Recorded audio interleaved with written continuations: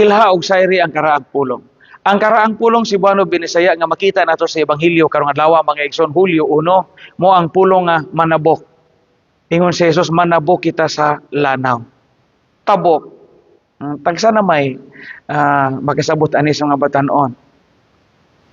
Manabok or tabok means to cross, mulatas or mulabang. Parehas na, mutabok, mulatas or mulabang. Or sa Tagalog pagtawid, no? Gikan diri padung didto. From one opposite direction ngadto sa laing direction. Manabok.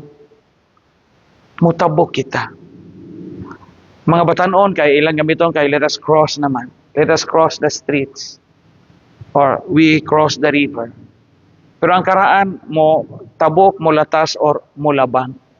Unsa may buti pasabot og motabok, kung motabok ka gikan sa pikas tampi ngadto sa laing tampi, from one side to another side.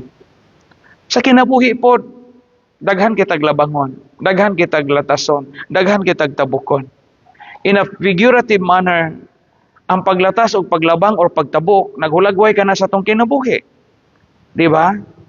Sa itong kinabuhi, mutabok kita gikan sa aning kinabuhi pagabatanon, mutabok kita sa katigwangon.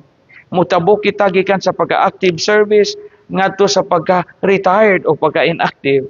Mutabok kita gikan sa pagkadalaga, mulabang kita sa stage sa pagkadalaga, pagkaulitaw ngadto sa estado sa pagkabinyo o pagkadunay asawa o pagkadunay bana.